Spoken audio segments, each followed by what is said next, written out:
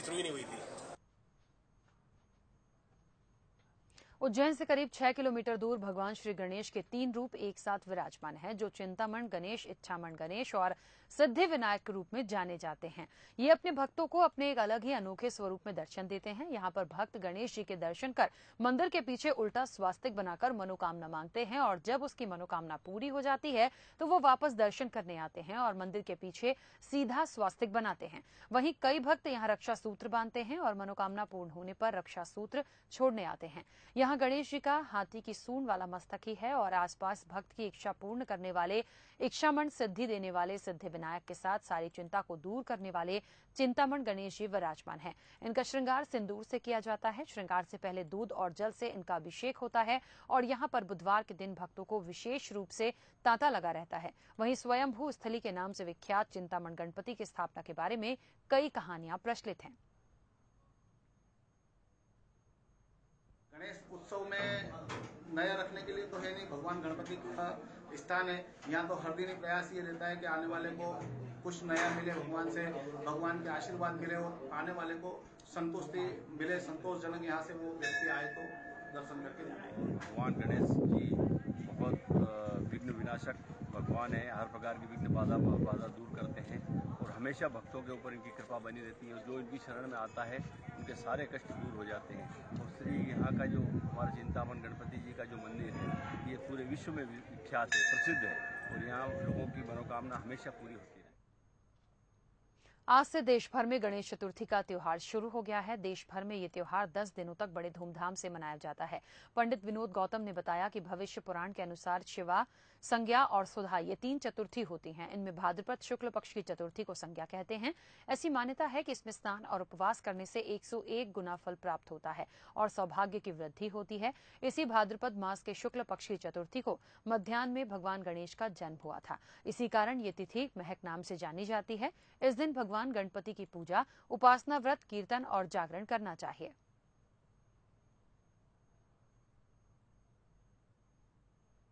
देखिए, प्रायः हम सभी जानते हैं, मुख्य रूप से गणेश चतुर्थी मनाने का कारण भाद्रपद कृष्ण शुक्ल पक्ष की चतुर्थी के दिन यह भगवान गणेश की मूर्ति का, मिट्टी की मूर्ति का स्थापन किया जाता है। ये क्यों मनाई जाती है? इसी दिन भगवान गणेश का प्राकट्यकरण हुआ था, जन्म हुआ था। तो चतुर्थी के दिन जन्म होने से हम भगवान श्री गणेश जी की मिट्टी की मूर्ति का स्थापन करते हैं और यह जो उत्सव है ये 10 दिन तक चलता है। 9 दिन तक भी चलाया जा सकता है, एकादश दिन तक भी चलता है।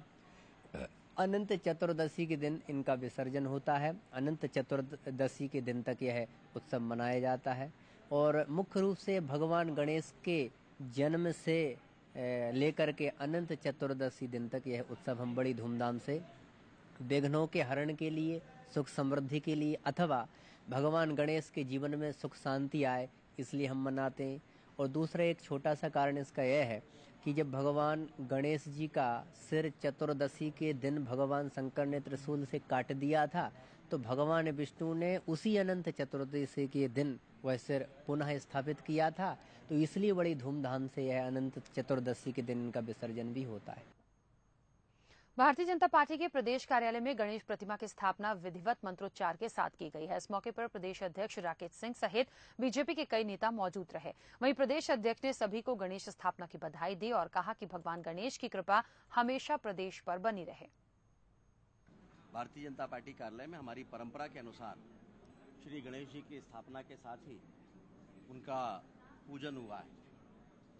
श्री गणेश जी विघ्न विनाशक माने जाते हैं और हम ये मानते हैं कि श्री गणेश जी आज जब उनकी स्थापना हुई है तो इस मध्य प्रदेश पर न सिर्फ उनकी कृपा बनी रहेगी बल्कि आने वाले समय में भी मध्य प्रदेश सभी तरह के विघ्नों से दूर होकर विकास के रास्ते पर आगे बढ़ता रहेगा, ऐसा हमारा विश्वास है। हमेशा अपने बयानों से विवादों में रहने वाले बीजेपी के नेता और विधायक रामेश्वर शर्मा ने कांग्रेस की रामवन गमन पथ यात्रा को लेकर विवादित बयान दिया है, जिसमें कांग्रेस को रावण की संतान कह दिया। वहीं विवादित बयान पर बीजेपी प्रदेश अध्यक्ष ने नसीहत देते हुए कहा, बयान देते समय संयम बरतें। तो वहीं प्रदेश कार्यालय पहुंचे हुजूर विधायक रामेश्वर शर्मा प्रदेश अध्यक्ष की नसीहत को नजरअंदाज करते नजर आए और कहा कि मैं अपने बयान पर आज भी कायम हूं और कांग्रेस वोट पाने के लिए भेष बदलने का काम कर रही है। मुझे लगता है कि जब हम कोई बात कहते हैं तो बोलते समय कुछ चीज़ों का हम सभी को ध्यान रखना चाहिए, कुछ बातों का हम सभी को ध्यान रखना चाहिए। निश्चित रूप से रामेश्वर शर्मा जी हमारे पार्टी के प्रदेश के उपाध्यक्ष हैं, बहुत अच्छे वक्ता हैं। उनका बोलने का आशय नहीं रहा होगा। हिंदू वोट बैंक हथियाने का एक तरीका है मंदिर जाओ गौशाला बनाएंगे। अरे भैया 70 साल से अगर गौ माता की सेवा और व्यवस्था हो ही होती तो आज गौ माता परेशान क्यों हो रही होती? अरे जो कहा है सो कायम है, आगे भी कायम रहेंगे। बताइए। हाँ, फिलहाल रुक रहे हैं छोटे से ब्रेक के लिए। ब्रेक के बाद जल्द लौटेंगे। खबरों का सिलसिला जारी रहेगा।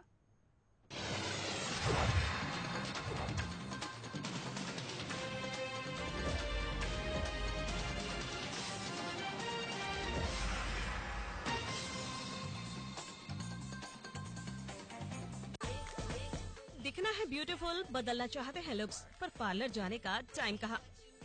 सेंट्रल इंडिया में पहली बार हम आपके लिए लाए हैं 2 स्टेप ब्यूटी पार्लर सॉल्यूशंस। हम आपको देंगे कंप्लीट पार्लर सर्विस आपकी ही लोकेशन पर। तो आज ही लॉगिन करें www.installway.com पर।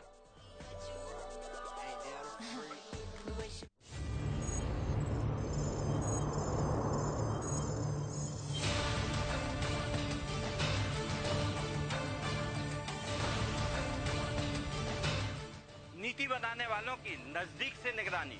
देखिए मेरे साथ पावर हाउस।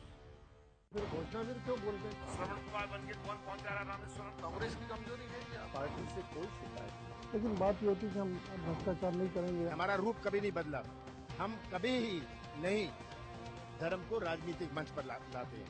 मशहूर हस्तियों के हर पहलू से मैं आपको कराऊंगा रूबरू, बिग फेस में। देखिए मेरे साथ रविवार शाम 7 बजे।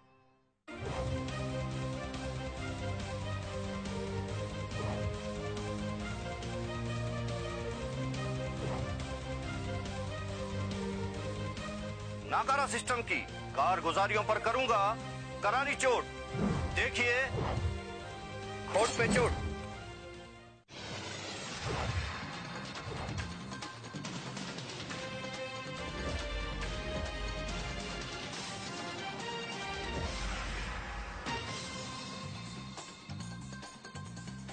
ब्रेक के बाद आपका स्वागत है। आगे बढ़ेंगे। मनावर से विधायक रंजना इंदौर में अपने पिता राम सिंह बघेल का इलाज करवा रही हैं और वो 2 दिनों से वो यहाँ हैं, लेकिन उन्होंने महसूस नहीं होने दिया कि ये सत्ता की कद्दावर नेता हैं।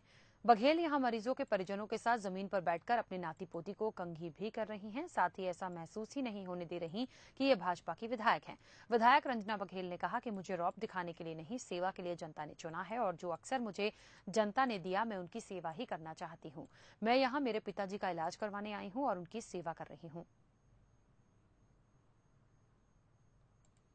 राष्ट्रीय किसान मजदूर संघ की अन्नदाता अधिकार यात्रा नसरुल्लागंज पहुंची, जहां किसानों ने जगह जगह स्वागत किया। संघ के युवा नेता राहुल राज ने सभा को संबोधित करते हुए अपने भाषण से किसानों को उनके हक और अधिकार के लिए एकजुट होने की अपील की। वहीं किसान नेताओं ने सभी राजनीतिक दलों पर जमकर निशाना साधा। किसान नेताओं ने कहा, अपने अधिकार के लिए जागो और एक हो जाओ। हम वोट उसी को देंगे जो किसान हित में बात करेगा और वही देश पर राज करेगा। बता दें कि 15 अगस्त से कक्का जी की अगुवाई में मंदसौर से किसानों की मांग को लेकर, जिसमें किसानों का पूरा कर्ज माफ करने, स्वामीनाथन रिपोर्ट को लागू करने, खेत सड़क योजना पुनः शुरू कर मनरेगा में 300 दिन किए जाने संबंधी मांगे शामिल हैं।